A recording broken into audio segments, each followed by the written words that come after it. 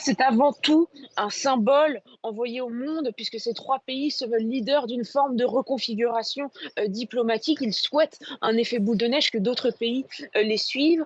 On l'a vu, dans ce sujet, ils sont quelques 146 pays à reconnaître, déjà, l'État palestinien, mais très peu d'entre eux sont membres de l'Union européenne. Depuis 2012 aussi, l'autorité palestinienne, a le statut d'État observateur de l'ONU, mais concrètement, eh bien, la reconnaissance de l'État palestinien de la part de la Norvège, l'Espagne et l'Irlande ne signifierait pas forcément des changements majeurs pour les Palestiniens, en tout cas au vu de leur